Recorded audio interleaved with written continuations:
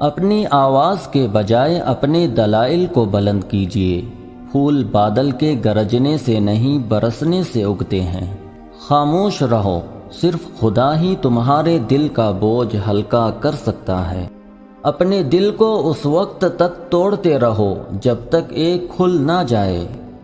کنواں کھودنے والے کنویں میں جا گرتے ہیں۔ کوئی برا آدمی سزا پائے بغیر نہیں رہتا، اور اچھائی جزا پائے بغیر نہیں ہوتی۔ حق پر یقین رکھو اور باقی جو ہوتا ہے ہونے دو۔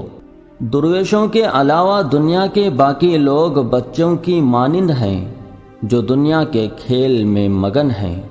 آپ کے دل میں ایک موم بتی ہے، جلنے کے لیے تیار ہے۔ آپ کی روح میں ایک باطل ہے، بھرنے کے لیے تیار ہے۔ آپ کو محسوس ہوتا ہے، آپ نہیں جانتے۔ عقل قبر سے آگے نہیں دیکھ سکتی، قبر سے آگے عشق کا قدم اٹھتا ہے، اور عشق ایک جست میں زمان و مکان والی کائنات سے آگے نکل جاتا ہے۔ یاد رکھیں، مقدس اور پاک مقام میں داخل ہونے کا راستہ آپ کے اندر ہے۔ دانائی کا تعلق بالوں کی سفیدی سے نہیں، عقل اور تجربے سے ہے۔ دل سیاہ ہو تو داڑھی کے سفید بالوں کی کیا وقت۔ اگر میرا علم مجھے انسان سے محبت کرنا نہیں سکھاتا تو ایک جاہل مجھ سے 1000 درجے بہتر ہے۔ تمہاری اصل ہستی تمہاری سوچ ہے، باقی تو صرف ہڈیاں اور خالی گوشت ہے۔ خدا تک پہنچنے کے بہت سے راستے ہیں، لیکن میں نے خدا کا پسندیدہ ترین راستہ مخلوق سے محبت کو چنا۔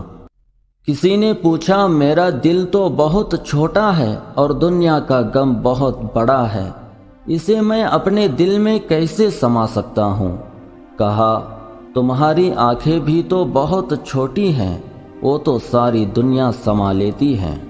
بیدار کرنے والا غم غافل کر دینے والی خوشی سے بہتر ہے۔ کسی نے پوچھا، دنیا کیا ہے؟ فرمایا، ہر وہ چیز دنیا ہے جو تمہیں اللہ سے دور کر دے۔ جب آپ کو پروں کے ساتھ پیدا کیا گیا ہے تو پھر ساری زندگی رینگنے کو ترجیح کیوں دیتے ہو؟ اگر تم عظمت کی بلندیوں کو چھونا چاہتے ہو تو اپنے دل میں انسانیت کے لیے نفرت کے بجائے محبت آباد کرو۔